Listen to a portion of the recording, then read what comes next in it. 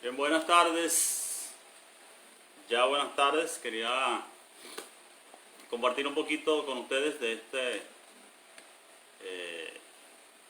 como decía un amigo, un buen amigo, hace unos años en la universidad, dando un concierto de algunos desarreglos personales, porque no los podemos llamar arreglos realmente todavía. Y agradezco a Dios pues haber tenido en algún momento la oportunidad de conocer y quiero honrar pues la memoria del profesor Arturo González, que creó la cátedra de guitarra clásica en la Casa de la Cultura. Y lo menciono porque el tema que voy a tocar hoy tiene que ver con el discipulado. Tuve la oportunidad de conocer a este insigne profesor, excelente ejecutante de guitarra clásica, un chileno, muy apreciado. Y sus clases tenían un toque también de alguna manera de discipulado. Nunca se me olvida que cuando se enteró que yo era cristiano, evangélico, me dijo, te doy un consejo, cuídate del fanatismo. Bueno, creo que no le hice mucho caso, pero yo sé lo que él quería decir. Se refería al fanatismo extremo, irracional, que pues no puede hablar con nadie y que es precisamente un problema de falta de formación de discipulado. Y creo que su advertencia fue un consejo de un adulto en ese tiempo.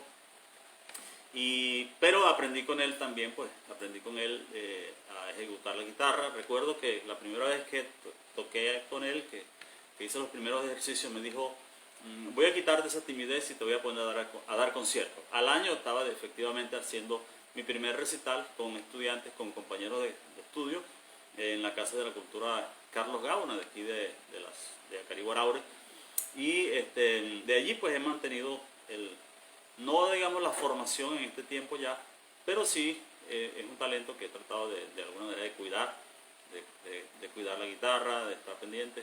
Y por eso decidí en estos live grabando comenzar con algo de guitarra para, bueno, esperar que se vayan sumando unos y para dedicar un poquito, compartir un poquito de lo que todavía nos queda. Hemos grabado, quiero decir que hemos grabado algunos materiales en YouTube, tenemos un canal en YouTube. Por allí vi el nombre de un gran amigo, pues Carlos Becerra, que me ayudó a grabar un material que lo tenemos todavía por allí, existe, todavía está guardado en los archivos en audio. Con ese material hice un poquito de, hice un experimento para hacer una segunda guitarra en video, y ese material lo tenemos subido en YouTube también. Pueden ubicarlo por allí por el canal Pablo Ojeda o Pastor Pablo Ojeda. De cuando en cuando lo estoy compartiendo en los estados en el muro, pues, de Facebook. Y también he colocado algunos de esos videos en un blog que abrimos, de manera que usted puede ubicarlo y puede revisarlo también cuando tenga tiempo y quiera escuchar algo de música venezolana, música cristiana. Algunas de estas canciones las hemos colgado allí, pues, en estos videos. Y utilizo, pues, la guitarra porque es un talento que está allí, está vigente todavía los dedos responden un poquito. No todo lo que quisiéramos, pero sí responden un poquito y puedo más o menos compartir. Y es un hobby, es algo que me gusta hacer, me gusta mucho hacer. Les he dicho que en algún momento vamos a hacer algo con el acordeón también, porque gracias al Señor tengo en mi casa, el Señor me concedió un sueño de tener un acordeón a piano en mi casa, usado, pero todavía sirve, está bueno, está operativo. Y un día de esto vamos a compartir algo de eso. No les aseguro que será la semana que viene, pero en algún momento me voy a animar con mi esposa. Como se han dado cuenta quienes han estado viendo estos lives que hemos grabado, nosotros al final, pues, yo invito siempre a mi esposa para compartir algunas canciones, y hoy hemos preparado algo por allí para compartir con ustedes también. Pero antes de eso quiero reflexionar con ustedes un poquito acerca de un tema que considero muy importante para este tiempo. Hace poquito, pues, hicimos una especie de resumen para la radio. Ya lo compartimos a través de radio y lo compartimos a través del streaming también, para los que se pudieron conectar con el programa Nueva Jerusalén en Casa. Y ahorita quiero abundar un poquito sobre el tema porque es muy importante. Algunos no pudieron estar en la radio, pues se pueden conectar ahora y pueden compartir con nosotros. Pueden dejarnos sus comentarios allí en el chat, yo los estoy observando. No me da chance de reaccionar, pero mi esposa está pendiente de eso y ha reaccionado ya con algunos. Así que, pues, les agradezco que estén pendientes. Pueden compartir con otras personas que puedan sumarse a este video. Aquí vamos a estar un rato. Y hoy vamos a estar compartiendo acerca del tema del discipulado, la importancia del discipulado, el discipulado dinámico. Y quiero permitirme leer a Timoteo, la carta de Pablo, leer a Pablo en su segunda carta a Timoteo, el capítulo 10, el capítulo 3, versículos 10 y 11, dice: pero tú me conoces, sabes lo que enseño y cómo vivo, sabes también el propósito de mi vida, que tengo fe, paciencia y amor, y que no me doy por vencido ante la persecución ni el sufrimiento. Te enteraste de la clase de persecuciones que sufrí en Antioquía, Iconio y Listra, y de cómo el Señor me salvó de todo eso. Pues todo el que pertenezca a Jesucristo y quiera vivir dedicado a Dios será perseguido. Pero los perversos y los engañadores irán de mal en peor, engañarán y serán engañados. Pablo en esta carta a Timoteo, en ese mismo capítulo 3, le está advirtiendo acerca del carácter de los hombres en los postreros tiempos, y le está dando un cuadro dramático de lo que sería el talante o la actitud, mejor dicho, el carácter de los hombres de los tiempos finales, y le hace la advertencia para que él se cuide de eso, se cuide de esa gente. Pero hay una declaración de Pablo que me parece extraordinaria, y que Pablo pudiera decir eso de Timoteo, realmente es halagador. Pablo no tenía ningún empache en decir que alguna gente se portó mal. Por ejemplo, dijo: Alejandro el calderero me abandonó, y Meneo y Fileto los entregué a Satanás para que aprendan a blasfemar. Era terrible caer en el juicio del apóstol cuando tenía que juzgar la conducta de alguien. No tenía ningún problema en calificarlo fuertemente porque merecía eso, pero también cuando tenía que hablar bien de alguien lo hacía muy bien, y creo que lo hizo de Timoteo. Y a Timoteo mismo le dice, pero tú has seguido mi doctrina, mi paciencia, mi longanimidad, mi paciencia, mis enseñanzas, todo, tú has seguido todo. Y Pablo había desarrollado una relación de discipulado con Timoteo. En el caso del apóstol Pablo, su formación previa a la conversión había sido en el ambiente del fariseísmo. Y los fariseos eran tan buenos en el discipulado que Jesús los criticó, no por el discipulado, sino por el contenido del discipulado. Y él le dice, ustedes recorren cielo y tierra para ser un discípulo, pero luego lo hacen 2 veces más hijo del infierno que ustedes. Entonces, Jesús no cuestionó su metodología, era extraordinaria, altamente eficiente, eran buenísimos en eso. El problema era que ellos estaban mal, no eran un referente realmente, porque de alguna manera se habían corrompido. Entonces, en ese sentido, Jesús lamentaba que ellos fueran tan buenos en eso. Pero sí les reconoció que eran buenísimos en el discipulado. Entonces, en la cultura hebrea y en ese tiempo, los fariseos habían logrado, de verdad, crear una estructura interesante, una especie de cultura del discipulado, de la mentoría. Por eso Pablo dice con orgullo que se crió a los pies de Gamaliel. Gamaliel no es conocido como un cristiano, es conocido como un fariseo, como un principal entre los judíos. Es el personaje que aparece en el libro de los Hechos aconsejando a algunas autoridades, porque era un hombre de mucha autoridad, muy reconocido, aconsejándoles que tengan cuidado cómo tratan a los discípulos, a los apóstoles, porque no vaya a ser que se encontraran peleando con Dios. Y parece que tenía ascendencia sobre las autoridades, y eso hizo que moderaran un poquito su actitud, su conducta ante el movimiento de los apóstoles, por lo menos en ese momento. Pero Pablo dice que él orgullosamente dice que él se crió a los pies de Gamaliel. Entonces Pablo aprendió el discipulado, la mentoría de alguien extraordinario en eso, Gamaliel, o lo pudiéramos llamar Don Gamaliel. Bueno, Pablo conoce eso, y Pablo es un rabí, se había dedicado a ser rabí, era líder en eso. Quiere decir que él era uno de los mejores. Normalmente en la cultura judía, las personas que no calificaban o no eran muy buenos en el aprendizaje de la escritura, de los principios, de la ley, de todo eso, terminaban su tiempo de discipulado, su tiempo con su maestro, con el discipulador. Ellos tenían que escoger al maestro, ellos escogían al maestro, era escoger el yugo. Era un yugo que ellos hacían, un compromiso, una especie de matrimonio, algo así, que ellos hacían con su maestro para aprender. Los que no eran muy aventajados, los maestros le terminaban diciendo, bueno, yo creo que tú deberías dedicarte al oficio de tus padres. Yo creo que tú no eres bueno para la enseñanza, no creo que vas a ser un buen rabí. Así que lo mejor sería que te dediques al oficio. Si tu papá es carpintero, dedícate a la carpintería. Si tu papá es pescador, dedícate a la pescadería. Y el discípulo que era aventajado de los mejores, que de verdad memorizaban las escrituras, analizaban, se veían buenos aptos para la enseñanza, entonces calificaban para ser rabí. Jesús calificó y fue un rabí muy reconocido. Tan así que alguien en una oportunidad, creo que fue una de las mujeres, que le dijo Raboní. Raboní era especie de maestro, una cosa extraordinaria. Y Jesús tenía no solamente la calificación como rabí, no tuvo que entonces dedicarse en su edad adulta a la carpintería como su papá José, sino que Jesús se dedicó a la enseñanza, a tiempo completo, a dedicación exclusiva, esos 3 años de ministerio público, pues.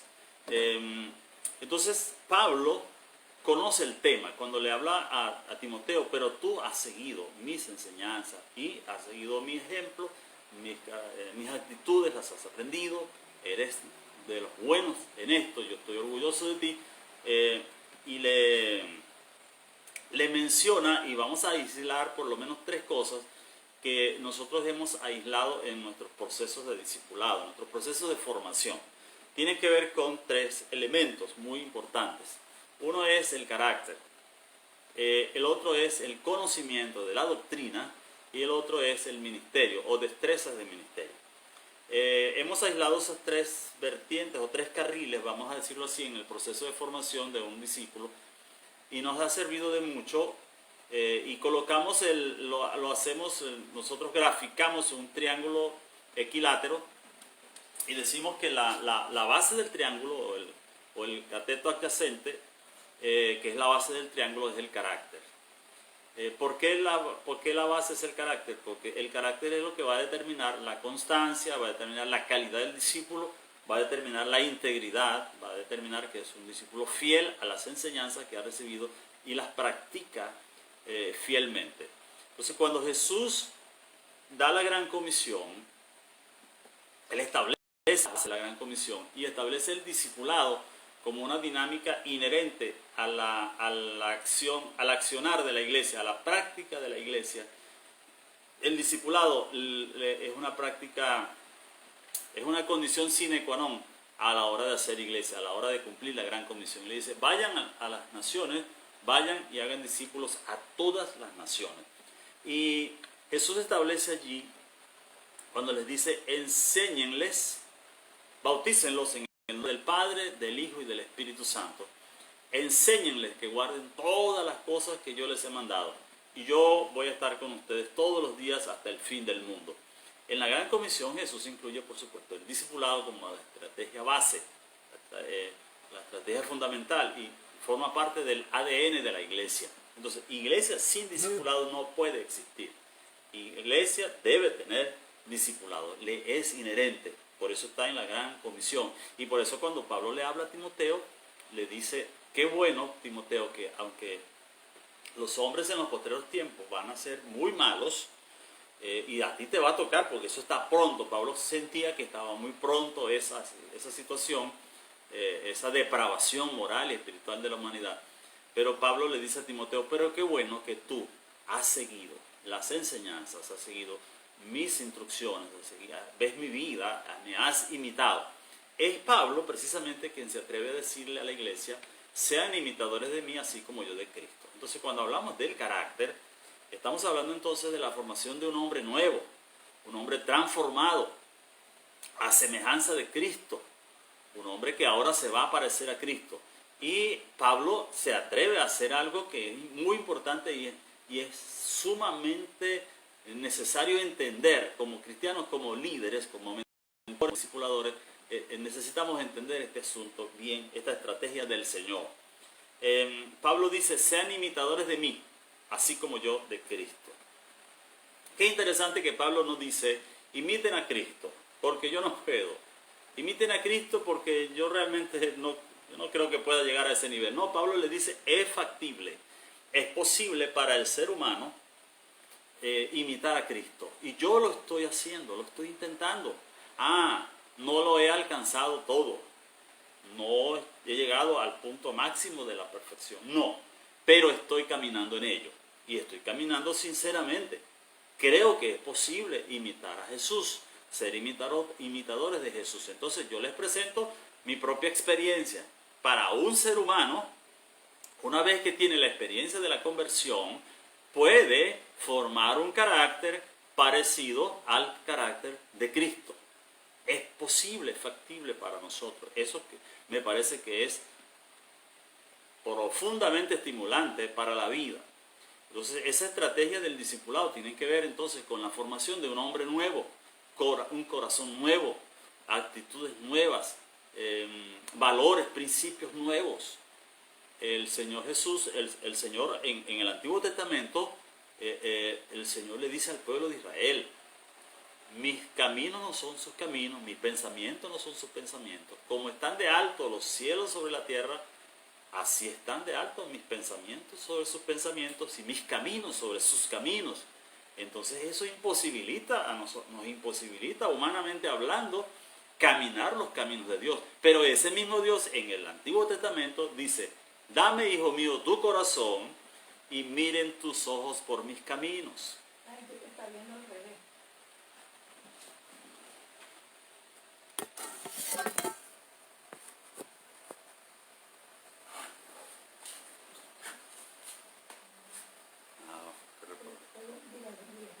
Acabamos de corregir un detalle técnico ahí, no me había fijado en eso. Gracias por informarnos, por interactuar. Gracias a mi esposa que está pendiente de esos detalles. Pero ahora te ven así. Yo creo que no le están parando. Qué bueno. ¿Cómo se ve ahora? Al revés, pero del otro lado. Te dejas, o sea, No puede ser.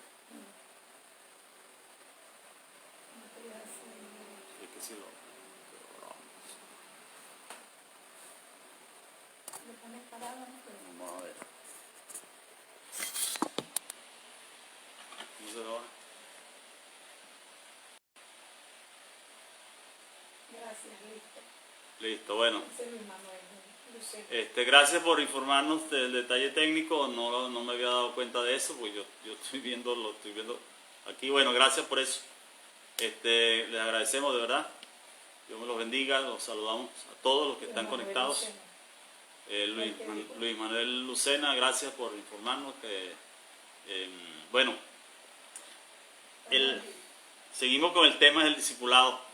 Esperamos que podamos mejorar estos detalles técnicos, desarrollar mayores destrezas. Vamos a hablar de las destrezas más adelante. Pero ahorita estamos hablando precisamente del carácter. El carácter tiene que ver con la vida nueva, con la vida de Dios en nosotros, con parecernos a Jesús. Y Pablo establece una estrategia interesantísima, y por eso es tan importante el discipulado. El que tú tengas una persona de carne y hueso, una persona con la que tú puedas face to face, cara a cara, person to person, sí, de manera personal, sentarte a conversar, y esa persona te pueda transmitir la vida de Cristo. La estrategia para transmitir la vida de Cristo somos nosotros los seres humanos.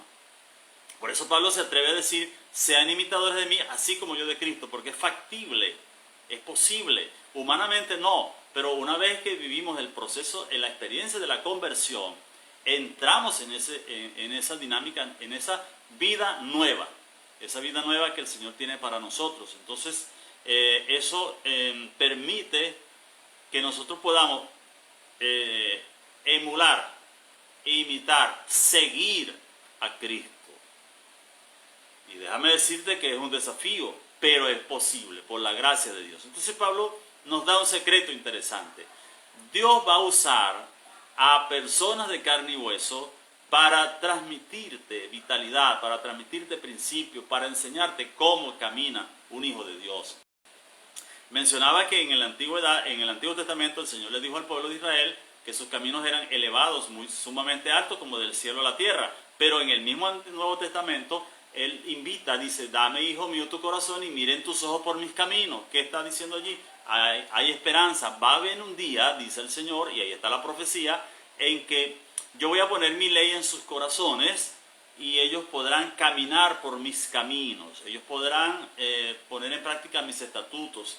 En el libro del profeta Ezequiel, en ese pasaje tan maravilloso que habla del derramamiento del Espíritu Santo en nosotros, dice que Él nos pondrá espíritu nuevo, corazón nuevo, y pondrá su Espíritu Santo dentro de nosotros para que andemos en sus estatutos, cumplamos sus preceptos y los pongamos por obra.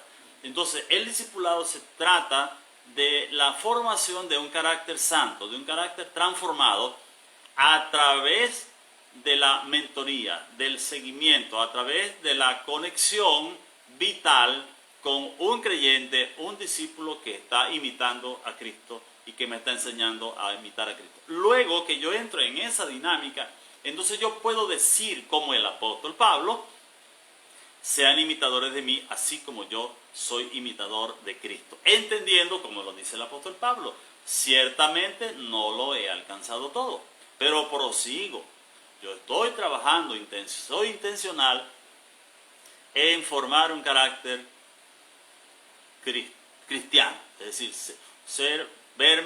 formarme como un seguidor de Jesús. Entonces eso tiene que ver con el tema de la integridad, de la obediencia a los principios de la palabra de Dios, de cómo trato a mi familia, cómo me muevo en mi entorno, cómo hago mis negocios, cómo me relaciono con todas las personas que me rodean, y muestro allí un carácter santo, un carácter transformado, perdonador. Anoche escuchaba en diferido una de las conferencias de la Cumbre Global de Liderazgo, y escuchaba a una autora cristiana, una charla que pareciera que no estaba hablando a empresarios, pero estaba hablando de el poder del perdón en el ambiente empresarial, en el ambiente institucional, en el liderazgo. Y dio una conferencia, una clase magistral verdaderamente conmovedora. Ella misma se conmovía compartiendo estos principios del perdón, como ella lo vivió. Se trata de eso, se trata de aprender a perdonar, de aprender a pedir perdón, se trata de vivir una vida organizada de acuerdo con los principios de la palabra de Dios. El segundo aspecto que Pablo menciona allí en esta carta a Timoteo es el conocimiento. Pablo dice que Timoteo lo ha seguido en la doctrina. Créame, Pablo es un discípulo integral y un discipulador integral.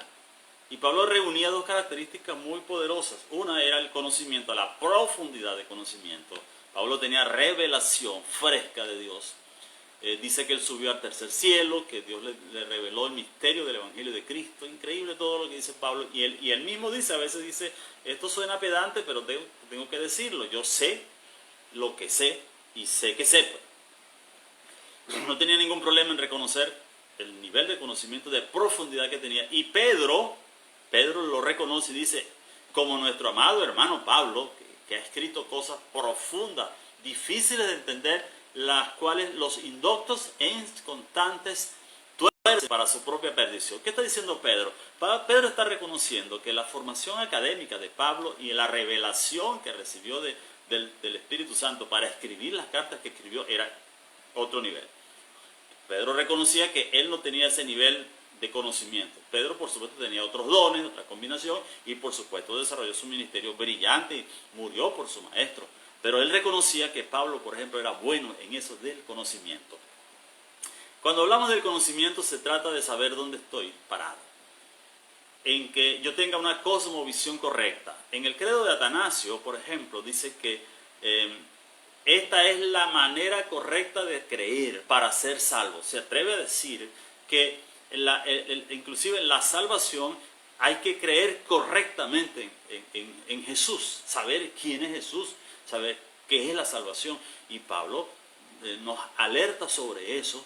Y ciertamente en la cultura latinoamericana, que somos muy sentimentalistas, muy apasionados para lo que hacemos, somos poco lectores, somos poco amantes del conocimiento, y por eso usted ha escuchado a algunos creyentes por ahí citar a Pablo y decir, el conocimiento envanece, pero el amor edifica. Es verdad, pero ese mismo Pablo que escribió el conocimiento envanece, pero el amor edifica, dice, yo oro para que ustedes crezcan, abunden en todo conocimiento, que su amor abunde en todo conocimiento, para que puedan dar fruto, para que puedan glorificar al Señor a través de sus vidas, de sus frutos, para que no sean ingenuos, para que no se me vuelvan unos místicos, no vayan a terminar volviéndoseme unos brujos, sino que sepan dónde están parados, sepan a quién han creído.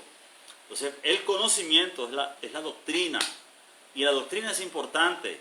Leía en estos días a alguien, y tuve la oportunidad de escuchar a una extraordinaria amiga, pero estaba viviendo un momento de avivamiento carismático, digámoslo así, y ella me decía, Pablo, la teología no tiene todas las respuestas. Es verdad, la teología no tiene todas las respuestas. Por ejemplo, la teología no me va a enseñar la falla de mi carro.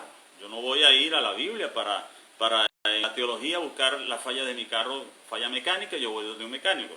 En ese sentido entiendo que hay unos limitantes, hay unos límites de la teología, pero el problema es que esas frases a veces indican un desprecio al conocimiento de personas que han tenido mucho conocimiento pero poca experiencia con Dios, y estaban, como dicen ellos mismos, se sentían secos, y luego de tener una experiencia con el Padre, una experiencia con el Espíritu Santo,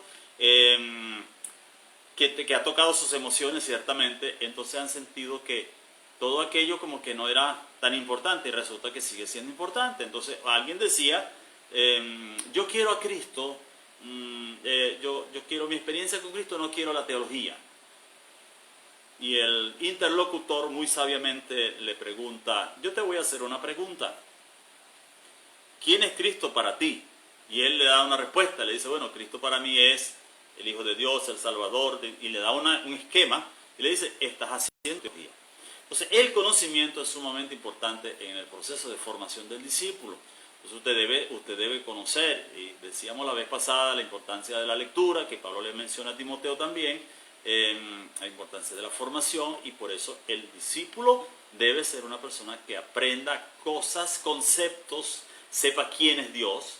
Por ejemplo, usted no puede estar en la superficie en la doctrina sobre los ángeles. Usted tiene que tener profundidad en eso. ¿Por qué? Porque si no, usted se encontrará un día dándole órdenes a los ángeles como si usted fuera jefe de un escuadrón de ángeles, por ejemplo. Entonces, cuando usted escucha a un pastor, a un maestro, a un líder cristiano, dándole órdenes a los ángeles. No, yo le ordené a los ángeles míos, como si el Señor le dio una especie de guardaespaldas y Él los manda. No, eso no es así. Los ángeles, según la Biblia, son grandes en poder, son superiores a nosotros en poder, ciertamente, son consiervos nuestros. ¿De quién reciben órdenes? De Dios, no de nosotros. Entonces, a veces cuando yo escucho a algunos líderes con ese lenguaje de que parece que pueden darle órdenes a los ángeles, a mí me parece que están errando en el conocimiento. Y podemos decir barbaridades del púlpito por falta de conocimiento. Y la falta de conocimiento puede hacernos creer que sabemos mucho. Eso es un problema. Entonces, el conocer suficientemente la doctrina, la palabra, es necesario. Entonces, usted debe ser un discípulo que aprende la doctrina. Y Timoteo era bueno en eso.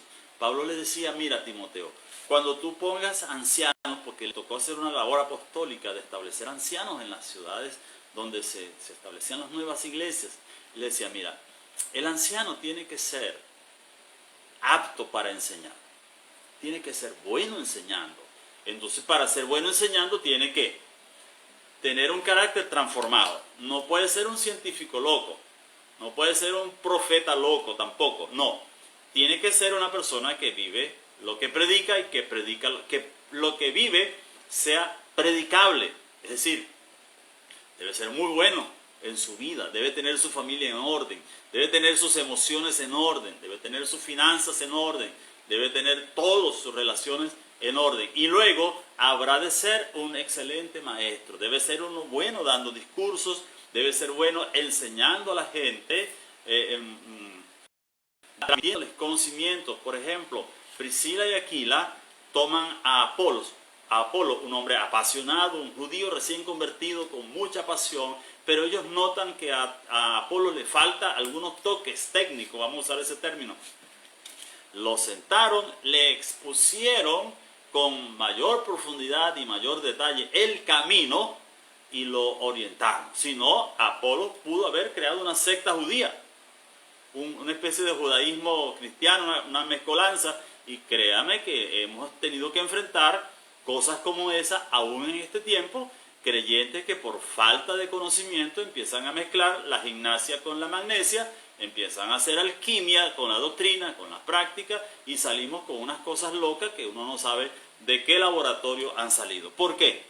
Porque hay una falla de carácter, porque cuando tú sabes que no tienes todo el conocimiento y pretendes presentarte como un maestro en donde realmente no sabes, estás mostrando una falla de carácter, una falta de integridad. Entonces, ¿qué pasa? Se debe tener un mentor, y debo enfatizar eso, un mentor que te va a escuchar, que conoce tu vida y que te va a decir, antes de ir a decirle esto a tu gente, practícalo, por favor.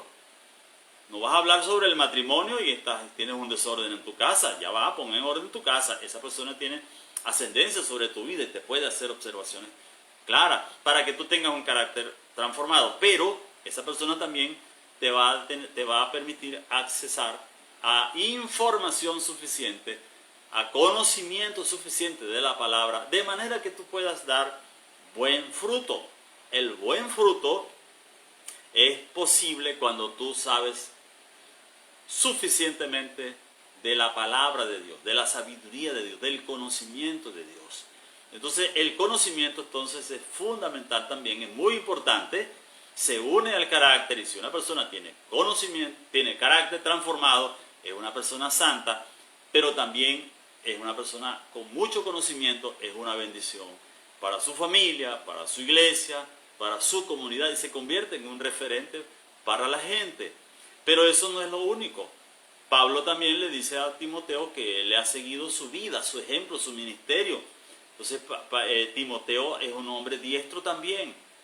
Y cuando hablamos de destreza, estamos hablando, por ejemplo, de la capacidad de comunicarse, estamos hablando de la capacidad de organizar el ministerio, de organizar la iglesia, de liderazgo. Ahí estamos hablando de liderazgo como una destreza necesaria en el líder cristiano.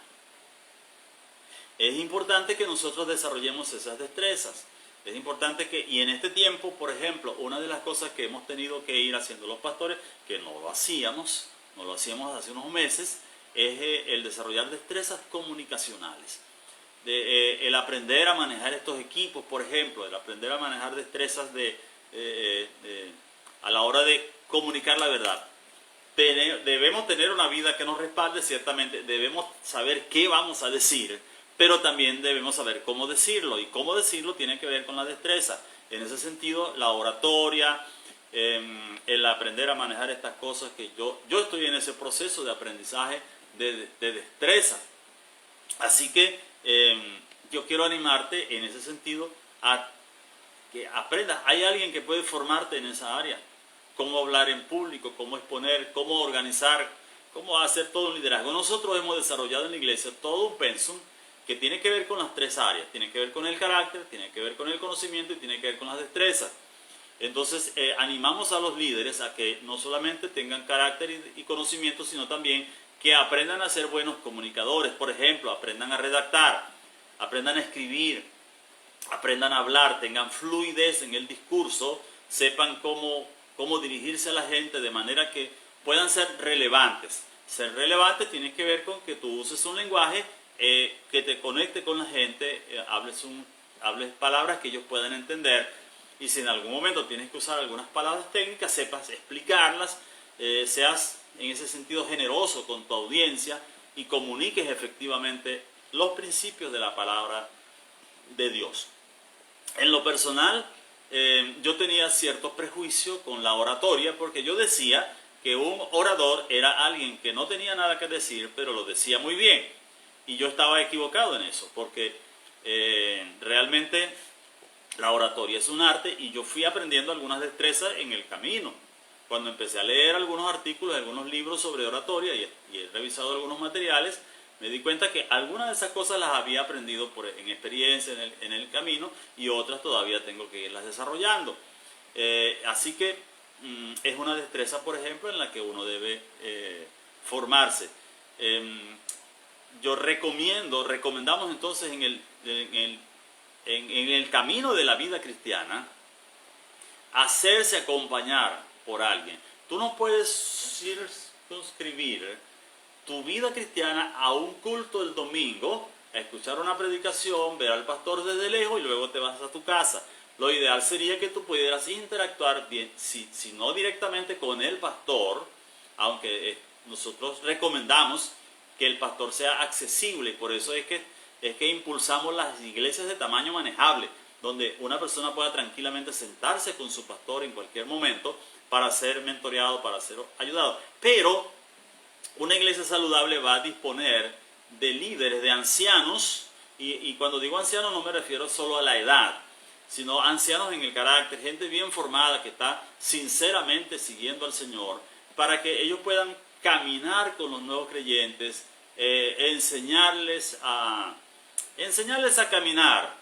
Por ejemplo, enseñarles cómo debe tratar a su esposa, cómo debe tratar a sus hijos, cómo manejar sus finanzas, cómo manejar sus relaciones, cómo organizarse para la vida. Tiene que ver con una serie de cosas que se van aprendiendo, y en ese sentido la iglesia se convierte en una escuela, en una casa escuela, en una familia escuela, en donde yo voy aprendiendo la vida, aprendiendo a vivir, aprendiendo a hablar, aprendiendo a pensar, aprendiendo a creer de la manera correcta y a vivir de la manera correcta. Entonces la dinámica del discipulado me parece la estrategia perfecta para la transformación de las comunidades.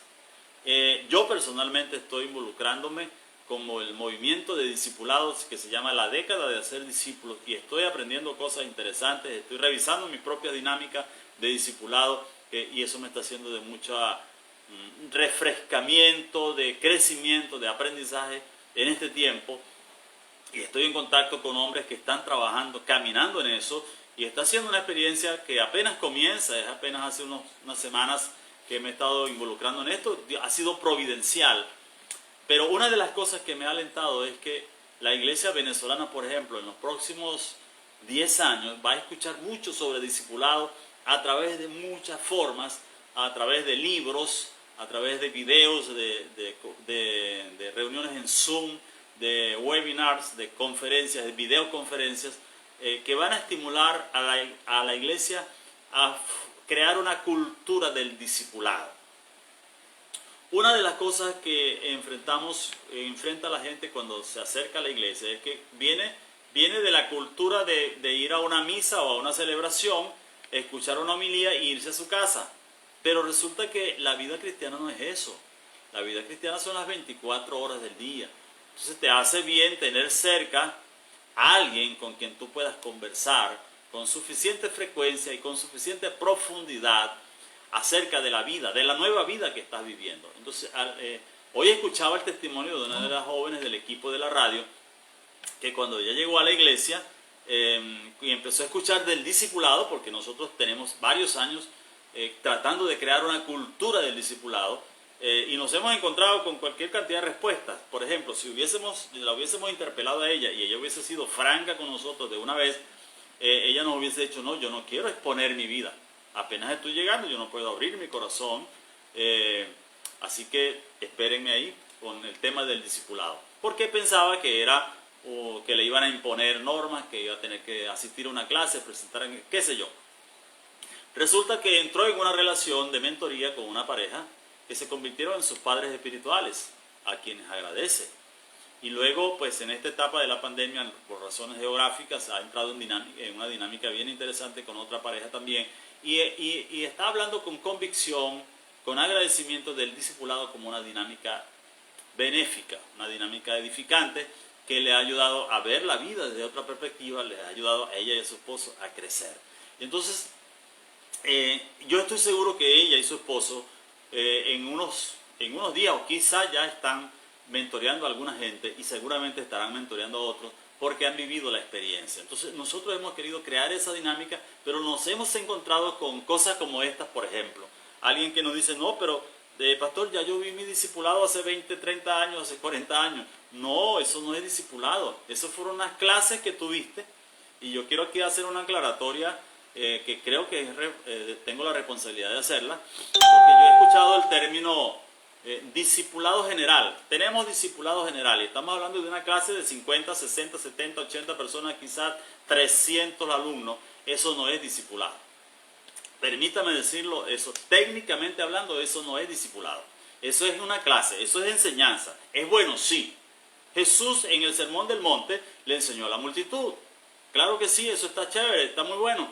Pero cuando hablamos de discipulado, y Jesús enseñó esa dinámica a los discípulos, era el person to person. Era grupos muy pequeños donde había interacción, había retroalimentación, donde se podían mirar a los ojos y tú podías ver puedes ver los ojos de tu maestro, de tu mentor. Puedes interactuar, puedes ser vulnerable, donde se habla de la vida, donde no solamente estamos teniendo un currículum. Por supuesto, nosotros tenemos un currículum. Tenemos materiales que se usan para el discipulado, pero el material no es la esencia, el material. Por supuesto, las enseñanzas son esenciales, son necesarias, hay que estar estructurados, hay que ser organizados, pero lo esencial es la relación. Porque, ¿qué pasa? En algún momento hay que tomar el manual, ponerlo a un lado y mirar a los ojos al maestro y decirle, hermano, mi líder, como quiera llamarlo, no ponemos nomenclaturas a eso, ¿verdad? Quiero contarte algo. Y puedes abrir tu corazón. Normalmente lo hacemos de parejas con parejas, por ejemplo. A veces puede darse el esposo con el otro esposo, solos de pronto esas relaciones se dan, de hombres, varones con varones, damas con damas, preferiblemente, y en algunos casos pareja con pareja, por supuesto. Tratamos de que se den esas dinámicas. Entonces, cuando hablamos de discipulado, estamos hablando de una reunión cercana, en un ambiente confortable, debajo de un árbol, en el porche de una casa, en un corredor, en un cuarto, en una habitación, pudiera ser, en un café, en donde vamos a hablar de la vida. Y vamos a profundizar en cómo me está yendo, cómo estoy manejando mi vida, cómo estoy creciendo. Entonces allí estamos hablando del discipulado. Eso es discipulado.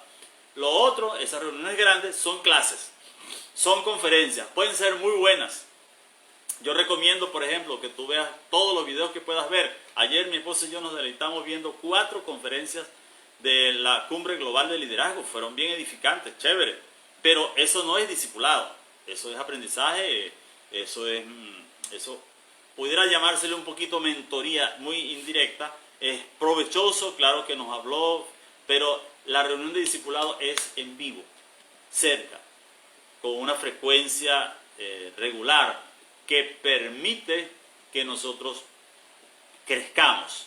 Y no se me olvida el pastor Otto Rodríguez, que está impulsando a nivel nacional pastoreo de pastores, para tratar de convencer a los pastores de que deben tener amigos, deben tener mentores, deben ser vulnerables, deben caminar juntos. Y el eslogan de ellos es solitos no. No se me olvida que en un seminario que le invitamos en un retiro para pastores, él usó este término, unió sus puños así y dijo: la única manera de crecer en la vida es de esta manera, conectado con alguien que Dios va a usar para potenciarte, para ayudarte a crecer. Y así es la dinámica del discipulado.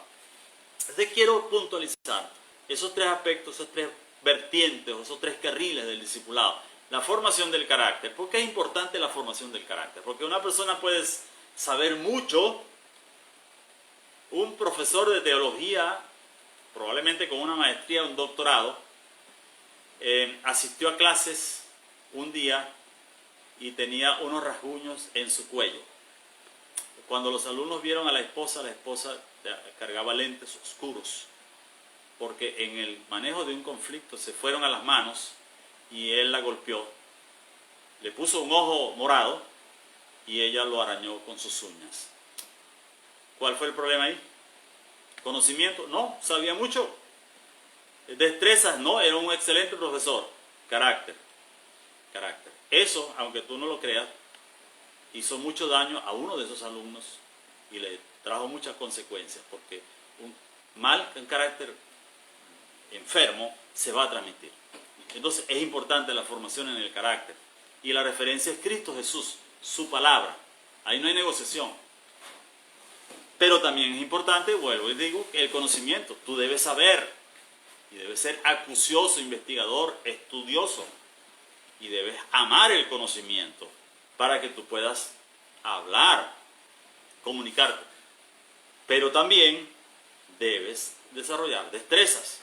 Destrezas de comunicación, destrezas de organización, destrezas para la vida, destrezas de todo tipo que te pueden ayudar. Entonces esas 3 cosas son fundamentales. ¿Por qué es importante el carácter? Porque el carácter te puede sacar del juego. ¿Por qué es importante el conocimiento? Porque el conocimiento es bueno, es necesario, es beneficioso. A Dios le agrada que tú sepas, que tú conozcas mucho. Y te ha dejado suficiente información y ahora pues no hay excusas para no estudiar, para no formarse. Y las destrezas tienen que ver con eso, con aprender cosas nuevas, aprender a manejar, por ejemplo, como lo mencionábamos ahora. Es importante que aprendamos esas destrezas. Así que te bendigo, te animo. Si eres un creyente ya maduro, con 2 años, 1 año y medio, 2 años en la iglesia, 3 años, ya tú deberías estar acompañando a alguien que está comenzando a andar en la vida cristiana.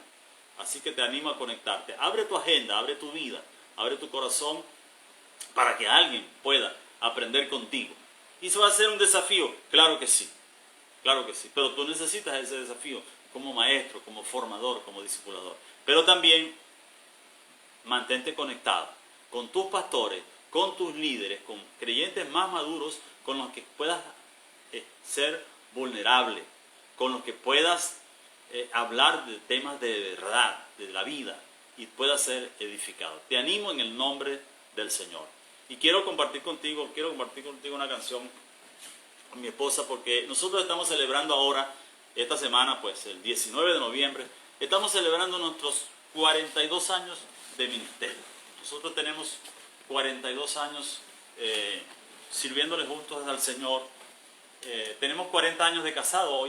Ahora en diciembre nosotros vamos a celebrar nuestros 40 aniversario. No recuerdo ahorita qué metal es, porque siempre estoy revisando eso, pero en este momento no tengo el dato. Ya hicimos las bodas de rubí, las bodas de perla, y estas bodas de ahorita no recuerdo exactamente cuáles son. No sé si son las de mármol, pero creo que no, creo que son otras. Así que pues, les animo a ustedes a investigar. Más adelante lo ponemos. De todas maneras, eso es para diciembre. El 20 de diciembre nosotros vamos a cumplir 40 años de casado, pero tenemos 42 años de ministerio. ¿Por qué decimos que tenemos 42 años de ministerio? Porque nosotros marcamos el inicio formal de nuestro ministerio el 19 de diciembre, cuando después de hacer un trabajo de unos 3 años de evangelismo, de discipulado, de cuidado pastoral, aún siendo adolescentes, en el año 1978, a los 19 años, el 19 de noviembre, la Iglesia Nueva Jerusalén, nuestra iglesia madre, nos autorizó. Se desincorporó un grupo de miembros de la Nueva Jerusalén, de la iglesia madre, para formar la nueva congregación que se llamaría Iglesia Dios con Nosotros. Esa iglesia todavía está allí, ubicada en el barrio Andrés Eloy Blanco. En ese tiempo el nombre era el barrio El Muertico. Ubicaba dos barrios, barrio El Muertico y barrio Juro, pero juntos forman el conglomerado del barrio Andrés Eloy Blanco, el nuevo nombre que le asignaron. Ahí tuvimos unos 3 años de trabajo con campañas, con discipulado, visita casa por casa, todo ese trabajo misionero, y el 19 de noviembre del 78 se nos permitió abrir formalmente con la primera escuela dominical, donde ya entonces estaríamos, no iríamos a la iglesia central, a la iglesia madre, sino que estaríamos congregándonos en el nuevo lugar. Bueno, efectivamente en casa de la hermana Honoria, en ese tiempo era Honoria Colmenares. Allí nos congregamos esa primera vez. Después de allí, pues compramos una casita, una casa pequeña, más adentro en el barrio Andrés Eloy Blanco, El Muertico, el famoso barrio El Muertico, y allí estuvimos funcionando por varios años hasta que compramos la sede donde ahora funciona la Iglesia Dios con Nosotros, tiene su sede propia, allí inserta en el barrio Andrés Eloy Blanco. Bueno, de esa primera fecha cumplimos esta semana, el 19 de noviembre, 42 años. Qué interesante que casi coincide con el 20 de noviembre, que estábamos celebrando el primer año de Shekinah, nuestra primera nieta biológica.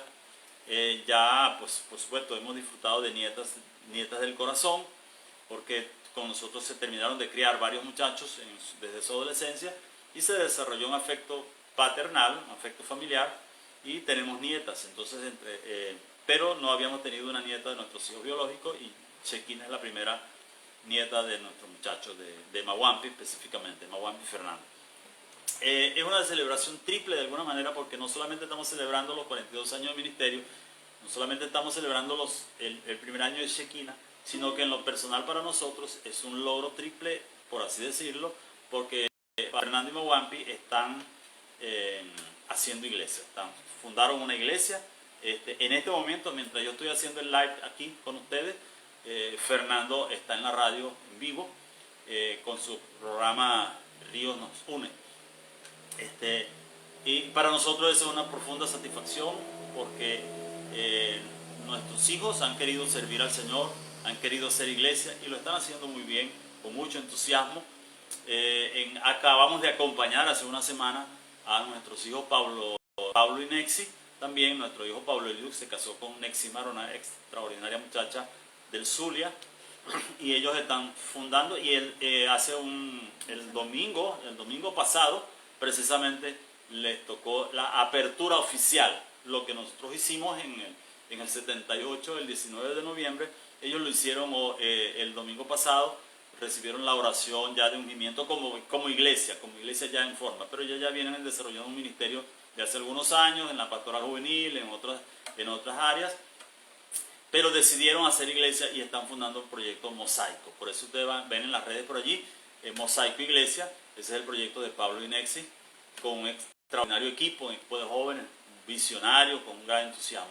Entonces, en cierto modo, nuestra celebración en estos días se vuelve cuádruple en medio de toda esta pandemia y todas estas cosas de noticias malas. Bueno, esas noticias han alentado nuestro corazón. Y hoy nuestra sobrina Rebeca, que es otra cosa por la que agradecemos a Dios, esta chica junto con su esposo Israel han querido hacer iglesia y se han involucrado con nosotros en lo que hemos denominado una pastoral operativa, trabajando codo a codo con mi esposo y conmigo y con un equipo de pastores de la Iglesia Nueva Jerusalén Central, y están haciendo una extraordinaria labor, con mucho compromiso, con sacrificio, pero con mucho compromiso y mucha pasión, y eso también nos alienta el corazón. Entonces ya por ahí estamos hablando de 5 cosas y no queremos seguir recordando, sí quisiéramos seguir recordando, pero queremos cantar esta canción porque precisamente Rebeca, a quien cariñosamente le decimos Rebequita, sobrina biológica de mi esposa, ella estuvo leyendo la letra de esta canción, Ven en pos de mí, que es un himno que cantamos desde nuestra adolescencia y que marcó nuestros corazones en el servicio al Señor. Y ella lo estuvo leyendo y nos envió un mensaje muy bonito diciéndonos que viendo esto pensó en nosotros, y es ciertamente esta letra nos alentó mucho y todavía nos alienta. Cuando las cosas se ponen difíciles, recordamos estas palabras de este himno. Buenas tardes. Antes que cantemos la canción, hay alguien por allí que preguntó cómo accesar a la iglesia posible. Me gustaría que lo hicieras para que todos sepan cómo en el extranjero, cómo accesar en el extranjero. Bien, el libro La Iglesia Posible es un material que escribí más o menos en el 2016, se terminó de transcribir, y ya el año pasado hicimos una publicación en físico, en imprenta, con mi buen amigo Orlando Herrera, de tipografía Ovo. Ellos me ayudaron a hacer la impresión de una cantidad de ejemplares, pero ya el libro se encuentra en Amazon. Tú lo puedes buscar en Amazon, pones el libro La Iglesia Posible, puedes poner mi nombre, Pastor Pablo Ojeda, es una opción. La otra opción es que tú me escribes al correo, me escribes por aquí, por el mismo Facebook, me escribes y me envías tu correo, y yo ahí te explico las condiciones exactamente, cómo accesar al libro, pero puedo enviarte una copia en PDF, que lo puedes tener en PDF. A través de Amazon puedes tener una copia impresa, pero el costo es, para nosotros aquí en Venezuela se ve un poco alto, porque tienes que pagar algo así como $9, y luego los gastos de envío creo que llegan a 20 o 20 y pico de dólares, termina el libro con unos 30 y tantos dólares. Por vía en formato impreso, en tapa blanda que llaman ellos. Entonces puedes revisar en Amazon, pero me puedes escribir directamente a mí, a este servidor, puedes escribirme directamente, y ahí yo te explico el procedimiento para que lo puedas tener en PDF. Para Venezuela lo podemos enviar vía encomienda, ahora estamos haciendo el envío gratis a Venezuela, cualquier ciudad de Venezuela, a través de cualquiera de las empresas de encomienda que tenemos funcionando en el país, que gracias al Señor están funcionando. Lo podemos hacer llegar. Entonces el costo del libro incluye el envío, o sea, no tienes que pagar algo adicional, no es contra reembolso, sino que simplemente tú haces el pago del libro y te lo enviamos directamente a tu casa. Entonces puedes tener acceso al material. Entonces por aquí mismo me puedes escribir y puedes tener acceso al recurso. De hecho, vamos a empezar a grabar pronto unos videos. Probablemente voy a hacer una primera prueba, unos videos de cada capítulo del libro, para ir exponiendo las ideas y animar a los pastores a que puedan tener acceso al libro La Iglesia Posible. Yo lo he estado colocando por allí en grupos, en Facebook, en las páginas, y nos falta poner algunas informaciones en video para que los pastores puedan revisar el material, interesarse, y lo pueden solicitar por cualquiera de esas vías.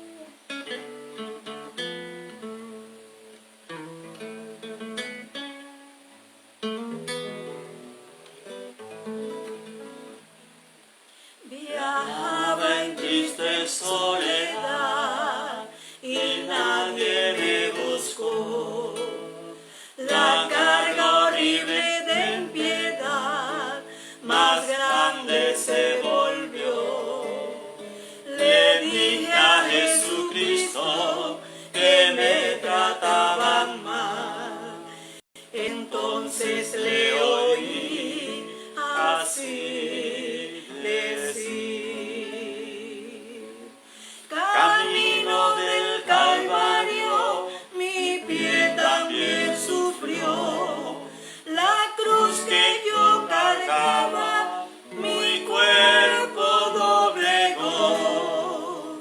Prosigue, peregrino, que el alba ya vendrá, tu cruz levanta y ven en pos de mí. A veces dije que por él penoso es trabajar, que mucho yo sacrifiqué su senda por andar. Mi fama y mi fortuna por ti yo la dejé. Entonces le oí así decir: mi hogar de eterna gloria por ti abandoné, mis manos enclavadas en cruenta cruz miré. Mas hoy caminaremos unidos tú y yo, tu cruz levanta y ven en pos de mí.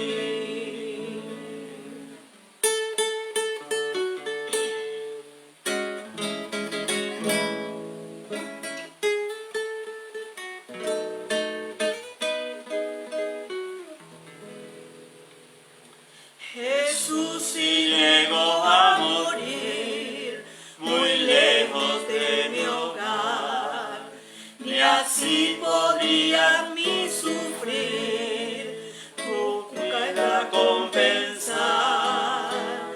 Mejor amor de amigo jamás podré hallar, por eso al Salvador oí decir: si solo un vaso de agua te pido que has de dar, de ti un vaso de agua solo he de demandar. Mas si en tus aflicciones un alma has de ayudar, de ti muy cerca yo prometo estar. Amén.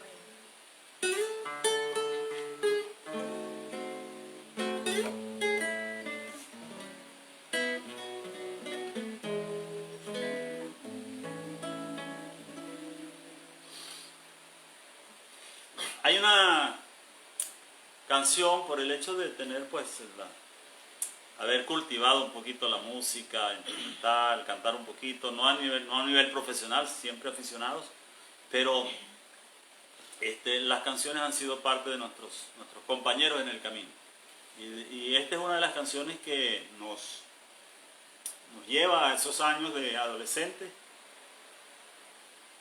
de dilemas, de luchas, de angustias.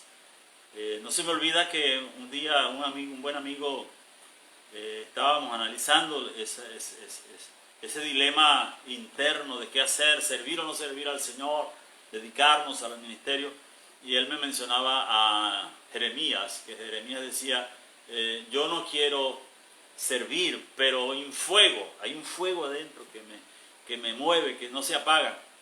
Bueno, ese fuego nos hizo comprometernos a servir al Señor, a hacer lo que hacemos, y todavía el fuego está encendido, todavía esa pasión está encendida, y estamos entrando en otras etapas, en otras dinámicas, y de cuando en cuando recordamos esos momentos de indefiniciones, de dilemas, pero que fueron un romance, un verdadero romance con el Señor. Vamos a ver si lo podemos cantar, si la voz nos deja, pero...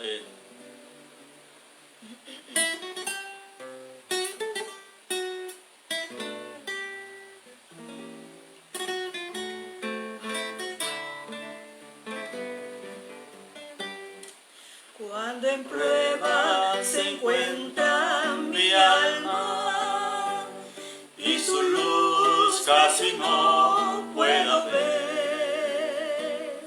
Hay un grito de mi alma que exclama: pon tu mano, Señor, sobre mí.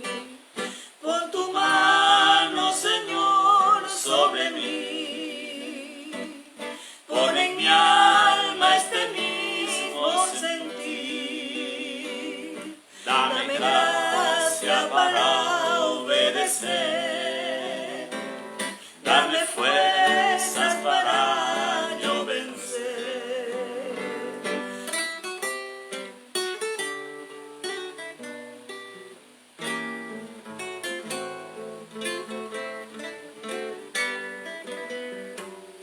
Grita mi alma y mi carne también, por sentir tu llamado en mí. No es posible seguirte ocultando, no es posible tu voz resistir. Pon tu mano, Señor, sobre mí. Pon en mi alma este mismo sentir. Dame gracia para obedecer. Dame fuerzas para yo vencer.